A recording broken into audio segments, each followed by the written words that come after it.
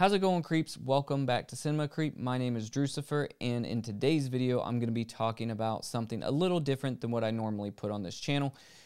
If you couldn't tell by the title and description, this video is a little bit about VHS collecting and my VHS thrift stack of the week.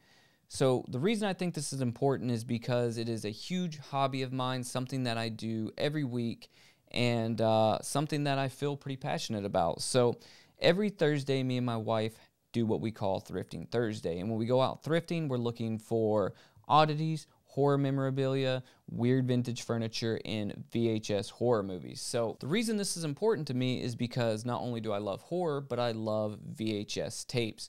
Because VHS tapes reigned supreme for me as a kid, and so did going to the movie store, right? It was always such a big event. You would go to work or go to school all week, and then Friday or Saturday night, you know, you were so excited to get to the video store and rent that new release or rent that new video game. Run in there, you would look through the new releases, see if it was there. When it wasn't, you'd go up to the front counter and you would start searching to see if somebody had just returned it.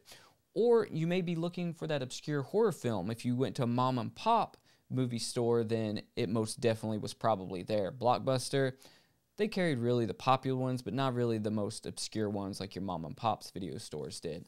And then, you know, you could also peek in and look in the adult section only as a kid before getting caught, right?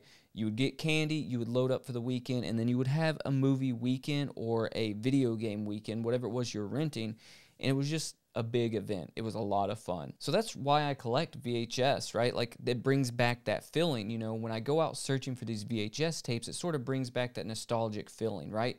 Plus, it's just something fun to do because it's like a never-ending treasure hunt. Looking for horror VHS specifically is becoming harder and harder because as it got more and more popular, people are buying them in lots and reselling them on eBay.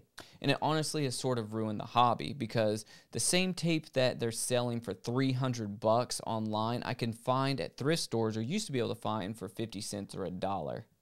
But regardless, I still have a lot of fun doing it. Like I said, it is a never-ending Easter egg hunt. Me and my wife, we go out and, you know, there's nothing like getting that that excitement when you find a hidden gem at a thrift store or a secondhand store. You know, mainly what I do is, you know, I find all of my tapes, what I call finding them in the wild, and that means I don't buy them online. And I do have tapes that were bought and gifted to me online, like my wife has bought me like Hereditary, which never existed on VHS, or Ty West's House of the Devil, and some of the other ones. Like, I'll accept gifts of VHS that were bought online, but when I buy them for myself, I have to find them in the wild. I don't know why I have this strict rule for myself, but I do. Kind of makes me feel like an idiot, but it is what it is. So if they're movies that were never on VHS, I'll buy them online. If they're movies that were released on VHS at some point, then I have to find them in the wild. Which means there's certain movies that I'll never own because I will absolutely never find them, and that's okay because I will always have the pursuit of looking for movies, right? Like, I don't want my collection to ever be complete, but I'm always looking. So I really don't collect horror DVDs, even though we have a bunch, and I don't really collect horror Blu-rays because that is easy to find. Like, I can start that collection at any time, go to Arrow Video, and just get all the obscure horror that I want, right? Now, there's nothing wrong with collecting those. It's pretty awesome when you see people's curated collections, and I may do that one day, but right now it's just collecting VHS, and that's the way it's been for like the last 10 years. So I have a pretty good collection. I really don't have a number on it. You know, I have some of these back here, I have some over here, and then I have an entire room filled up in my house. We go out every Thursday, like I said, and we're going to these weird antique stores, these weird, scary secondhand thrift stores in rural parts of the South, and, you know, we're just picking up VHS. So I'm going to show you guys what I got today, and then I'm going to give you a couple tips about how to find VHSs and what to look for if you're collecting. So first and foremost, all of these I got for 50 cents, so let's throw that out there. First movie is The Burbs with Tom Hanks. So I absolutely love this movie. This is probably up there in my top films. It's horror adjacent. It's like a dark comedy. I already have this, but sometimes it's good to have duplicates because if you don't have a good box or you don't have a good cassette, right? You want to match your good box with your good cassette. The box on this one is a little bit better than the other 2 copies I have of this. So, you know, I decided to pick this one up.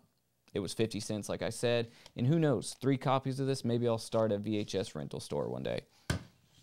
So we have The Burbs.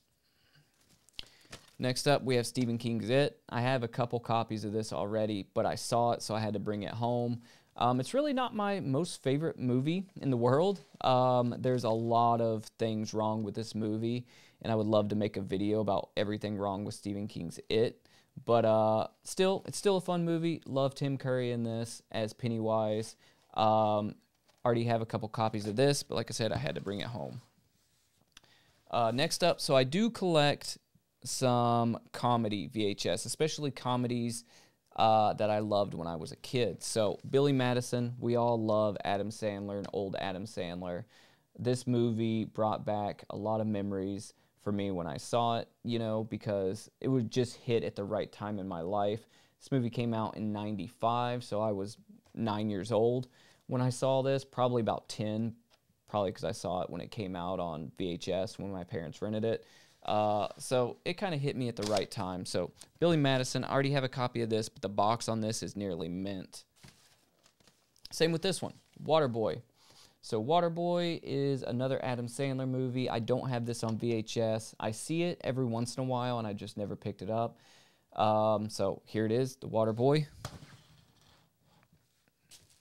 Kingpin. So this movie right here, 1996, 10 years old when this came out, and this movie was absolutely life-changing when it came to like molding my humor, because this one and Dumb and Dumber are from the same creators, and I don't know. This is probably the reason I'm so weird, is watching movies like this. And I can't believe this is PG-13. I feel like this should have been an R movie, but Woody Harrelson, Vanessa Angel, Randy Quaid, and Bill Murray's in this. Bill Murray in the bowling scene at the end when his hair's getting all crazy.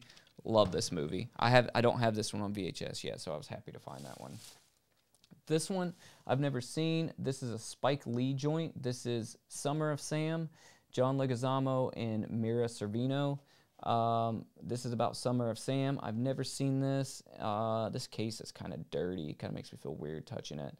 I need to wipe this down with a Clorox wipe or something. This looks like this is from 1995. So if you've seen this movie, let me know. Is this any good? I'll probably watch it at some point. But I don't have that. It looked good, so I got that one. This one I have several copies of. I Still Know What You Did Last Summer. But this movie right here, I have to get it every time I see it. Love it or hate it, I love this movie because it brings back the time of me being 12 years old and sneaking into the movies to see this because it was rated R. And this one, in particular, is a Blockbuster film. You can see the Blockbuster tape on the side of it right there. So, really, really cool stuff. Still Know What You Did Last Summer. And this one right here, yeah, so this one, the Summer of Sam, when you pull it out and you look at it, it has all these cool stickers that say, return by 7 p.m. and 50 cents charge if tape is not rewound. So you guys remember, like, having to rewind your tapes and stuff like that before you would take them back to the movie store. And it was always a hassle, so you would get that upcharge if you didn't do it. And then people started buying you would have your VCR, and then you would have your tape rewinder. I have one up here somewhere that looks like a 55 Chevy up on this shelf back here. So like I said, sometimes you get common tapes like these, and then every once in a while you get not a rare tape, but you get a gem, right? And we found a gem today. We were searching and searching and searching, and finally we found this one, 1986, The Hitcher. And like I said, all these movies are 50 cents that we got today, even including this one. And I looked at this when I got home on eBay. I see listings for this going for like $25 and as low as $10. So I don't resell, but what I'm saying is I was able to get this same movie that people are buying for $25, $10 for 50 cents. Now, this is a pretty good movie. If you've never seen it, the remake is it's kind of okay. The remake's not bad, but this is a good find, right? So this goes into sort of still had that like Grindhouse kind of feel, this movie did, and back in 1986. So this is the gem of the day.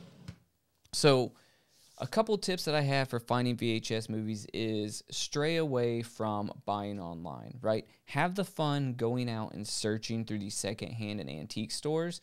Generally, the antique stores are going to have VHS tapes, but they're going to have stuff like Harry Potter. They're going to have that freaking Jesus tape that's everywhere, and they're going to have 1,000,001 copies of Titanic, right? They'll have stuff like Pirates of the Caribbean, which all that's cool to have if that's what you want. But if you're looking for horror and more obscure stuff, or like 80s and 90s action and adventure stuff, then you want to go to your thrift stores, right? You can maybe go to like Goodwill, but like the weird, privately owned, scary looking thrift stores is where you're going to find the good deals on the good tapes, because those people, they don't care about searching eBay to try to upsell anything. They're just taking in loads and loads of shit, and they're trying to sell it as quick as possible. They don't care if they have something like this, they're selling it for 50 cents. They're not going to go on eBay and be like, oh, well, that sold for 25. I'm going to mark that up to $10 or 25 bucks and hope somebody comes in here and buys it. They're like, no, we want our 50 cents right now for that tape.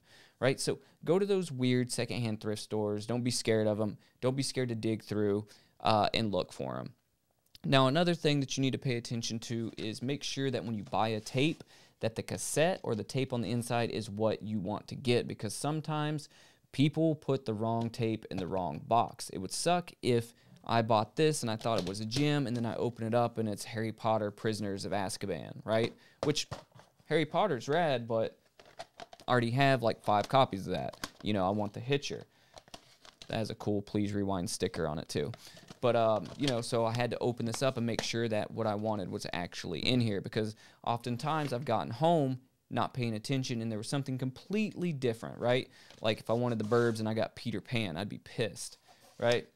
Also, you want to make sure that when you open up a tape, you take time and you look at the film, or you look at the tape through the little windows here, and you want to make sure there's not mold in there. If there's white spots on that tape, then you have a moldy tape. And when you go to put that in your VCR, you're going to spread that mold to the inside of your VCR. Then when you put a good tape in there that doesn't have mold, it's a pretty good chance that you're going to spread that mold to your other tape. So make sure you're getting tapes without mold. And it sucks when you find a good movie or a good VHS tape and it has mold. Like today I found some Scooby-Doo tapes that I wanted of the cartoon, and all the tapes had mold, so I ended up not buying them. And it's just what it is sometimes. So here's our thrift stack of the week. And it's not a bad take, right? Not a bad take. You know, I have doubles of some of these, and apparently I'm going to start collecting Adam Sandler comedy VHS, because sometimes it's like that. You'll find a movie, and then you have to have all of that actor, all of that director, or all of that series or franchise. Like, for some reason, at one point, I bought a John Wayne VHS, and now I have 25 John Wayne VHS tapes, and I'm still looking for ones that I don't have. Why? I don't watch John Wayne movies. I might have when I was a kid, because my mom was into Westerns, but now I'm not going to watch them, but I just feel like I have to have them all because I already have 25 of them. So it's the same with James Bond films, right? But yeah, so that's a few of my tips on horror VHS. If you would like videos of me actually going out and shooting the process of finding these, I can do those, like VHS hunting vlogs. I can put those on this channel. If you watch my other channel at Drucifer, then I do have vlogs of me doing that, but I can post those here as well if you're into it. So what do you guys think? Do you collect VHS movies? If so, what's your favorite VHS tape you have? Do you like this type of video? If so, let me know, and I will keep putting these on this channel. But as always, stay creepy, and I will see you on the next one. See ya.